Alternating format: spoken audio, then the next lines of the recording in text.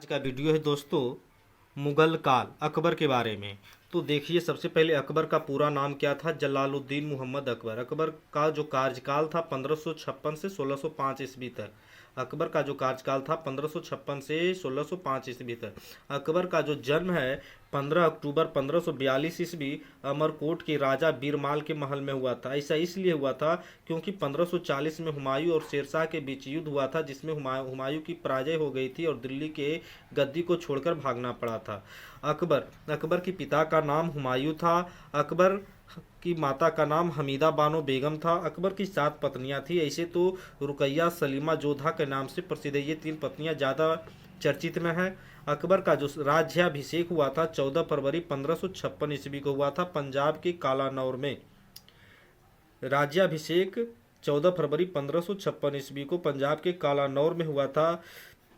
अकबर ने सबसे पहले युद्ध लड़ा था पानीपत का द्वितीय युद्ध 5 नवंबर 1556 ईस्वी को। तो 5 नवंबर 1556, अगर ये पूछा जाएगा पानीपत का द्वितीय युद्ध कब हुआ, तो 5 नवंबर 1556 ईस्वी को। इस युद्ध में क्या हुआ था? अकबर जब पंजाब में था तब आदिल शाह के सेनापति हेमू ने दिल्ली पर आक्रमण किया। उसने सूबेदार तरदी बेग को हराकर दिल्ली पर अधिकार किया। हेमू मध्यकाल का एकमात्र हिंदू शासक था। अगर पूछा जाएगा कि मध्यकाल का एकमात्र हिंदू शासक कौन था, तो हेमू, जिसने दिल्ली पर अधिकार किया। उसने इस अवसर पर स्वयं को विक्रमादित्य की उपाधि दी। इससे पहले 14 शासक जो थे विक्रमादित्य की उपाधि दे चुके थे। इसने इसने ऐसा ये जो है हेमू जो थे 22 युद्ध लगातार जीता था। जब पानीपत का प्रथम युद्ध अकबर और हेमू के बीच हुआ था तो हेमू की आंख में तीर लगी और हेमू पराजय हो गया। उसी समय बैरम खान ने हेमू को सिर काटकर हत्या कर दी और अकबर को दिल्ली के शासन पर स्थापित कर दिया। फिर क्या हुआ, आगे की कहानी यह है कि बैरम खां का जो संरक्षक था ये 1556 से 1560 ईस्वी तक रहे, क्योंकि अकबर ने 1561 ईस्वी में बैरम खां की भी हत्या करवा दी। ये उस समय बैरम खां वजीर के पद पर थे। अकबर ने बैरम खां की हत्या 1561 में कराकर उसकी विधवा पत्नी से शादी किया तथा उसके पुत्र अब्दुल रहीम को शिक्षा देकर खाने खाना की उपाधि दे दी। अकबर के शासन क्या हुआ था? अकबर के शासन की शुरुआत अपनी महामंगा तथा उसके पुत्र आदम खां तथा संबंधियों के साथ रहा, जिस कारण अकबर के शासनकाल को पेटीकोट सरकार कहा गया। पेटीकोट सरकार इसलिए कहा गया क्योंकि अकबर का जो शासनकाल था वो संबंधियों के बीच गुजरा। इसलिए 1560 ईस्वी से 1562 ईस्वी तक के शासन को अकबर का पेटीकोट सरकार कहा गया। ये यहाँ जो लिखा हुआ माहम अनगा, इसी का नाम महामंगा है। इसके बाद सबसे पहले उसने मालवा पर विजय प्राप्त किया। मालवा का युद्ध इसने अकबर ने 29 मार्च 1561 ईस्वी में किया। यहाँ के शासक बंदाबाज बहादुर थे। जब बंदाबाज बहादुर को अकबर ने परास्त किया तो उस समय सहायता करने के लिए आदम खान, उसकी दूध भाई आदम खान था, तो उसे आदम खान को अकबर ने मालवा का सूबेदार बना दिया। उसने क्या किया? आदम खान ने एक गलती किया, उसने अकबर के नज़दीकी वजीर अदगा खान की हत्या कर दी। इस गुस्सा में अकबर ने आदम खान को मीनार से नीचे फेंक दिया, जिसके कारण आदम खान की मृत्यु हो जाती है। मृत्यु के शोक में उसकी माता महामंगा जिसका नाम माहम अनगा भी है, इसने अपने बेटे के शोक में प्राण त्याग दिया। और महामंगा और आदम खान का पूछेगा कि मकबरा कहाँ है, तो मकबरा महारौली में है। यह अष्टकोणीय था।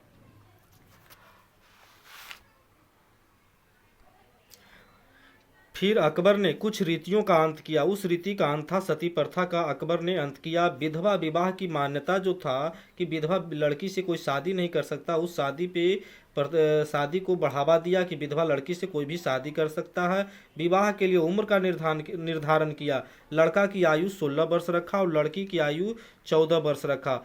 फिर दास प्रथा का अंत उसने 1562 में कर दिया। फिर तीर्थ यात्रा पर जो कर लगते थे उसने 1563 में समाप्त कर दिया। फिर जजिया पर कर था, इसका भी अंत 1564 ईस्वी में किया। और निर्माण क्या किया? उसने फतेहपुर को राजधानी बनाया और फतेहपुर सिकरी नगर की स्थापना 1571 ईस्वी में की। उसने इबादत खाना 1575 में केवल मुस्लिमों के लिए द्वार खुले थे, लेकिन 1578 में सभी धर्मों के लिए मान्यता दे दी। उसने गुजरात विजय के बाद 1583 में बुलंद दरवाजा का निर्माण फतेहपुर सीकरी में करवाया।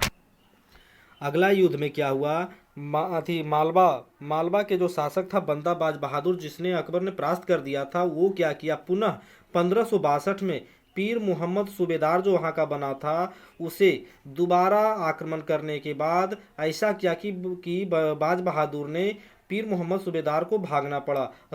पीर मोहम्मद सूबेदार जब भागा तो उसने भागते समय नर्मदा नदी में कूद गया, जिसके कारण पीर मोहम्मद की हत्या हो गई। अगला आक्रमण था चुनार पर। चुनार का जो शासक था, अफगानों का शासन चल रहा था, वहाँ 1562 ईस्वी में उसने अकबर ने जीतकर अपना सूबेदार, वहाँ का सूबेदार अब्दुल्ला खान को बना दिया। उसके बाद 1562 ईस्वी में, वही 1562 ईस्वी में आमेर के राजा भारमल को परास्त करके उसकी बेटी जोधा से शादी की। अगला युद्ध गोंडवाना विजय था, जिसमें 1564 में अकबर ने आसफ खां को भेजा, जिसमें वीर नारायण, वहाँ का शासक वीर नारायण सिंह था और उसकी शासिका रानी दुर्गावती थी, जो युद्ध में वीरगति प्राप्त की, जिसमें माँ और पुत्र दोनों की हत्या हो गई। गोंडवाना विजय में भी अकबर ने अच्छी भूमिका निभाई। उसके बाद गुजरात पर आक्रमण किया, जिसका शासक था मुजफ्फर खां को भी 1567 ईस्वी में अकबर ने परास्त किया। फिर मेड़ता का शासक जयमल था। जयमल को भी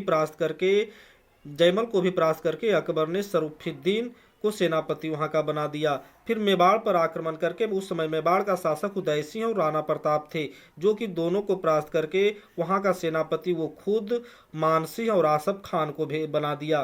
फिर उसके बाद रणथंभौर को पराजित करके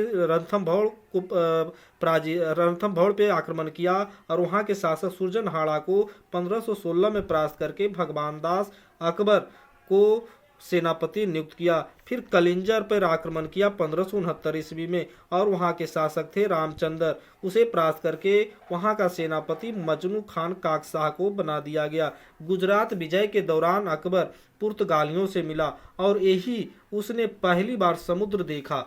हिंदू मुस्लिम की दूरियां कम करने के लिए दीन इलाही नामक धर्म की स्थापना की। इस धर्म की स्थापना करने की सलाह अबुल फजल ने दिया था।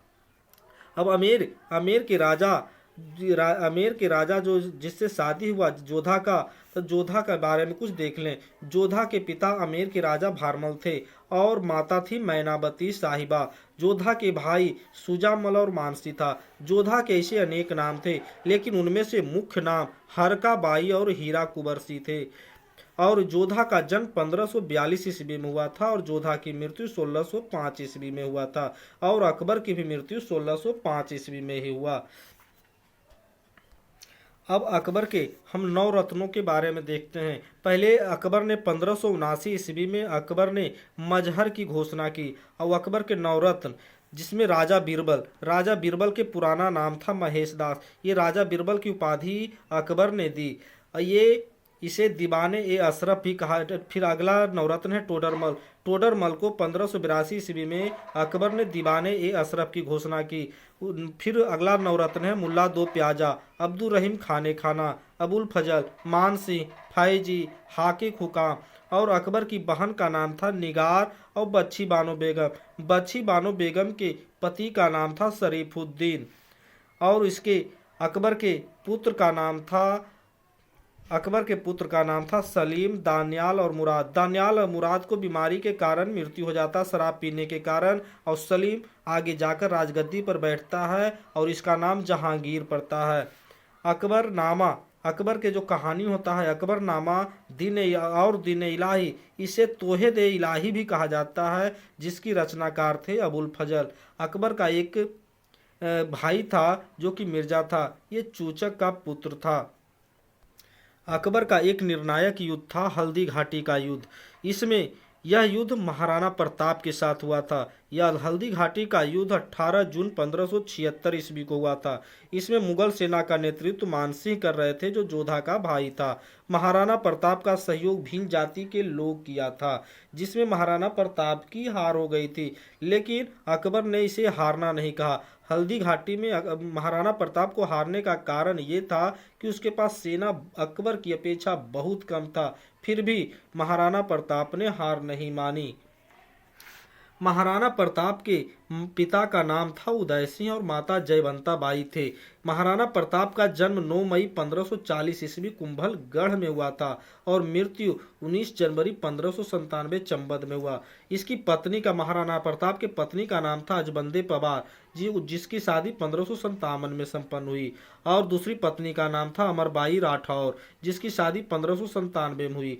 महाराणा प्रताप का राज्याभिषेक 28 फरवरी 1572 ईस्वी को हुआ और महाराणा प्रताप के बच्चे का नाम था अमर सिंह, कुंवर दुर्जन सिंह, कुंवर पूरन सिंह, भगवान दास और शेख सिंह। अगर ये वीडियो आप लोगों को पसंद आए तो सब्सक्राइब कर लें, ताकि अगले वीडियो में हम अकबर के पुत्र जहांगीर यानी सलीम के बारे में हम बताएंगे और उसका पूरा व्याख्या करेंगे। अगर ये वीडियो पसंद आए तो सब्सक्राइब करें, ताकि अगले वीडियो आप तक जल्द से जल्द पहुँचे। लाइक कर लें।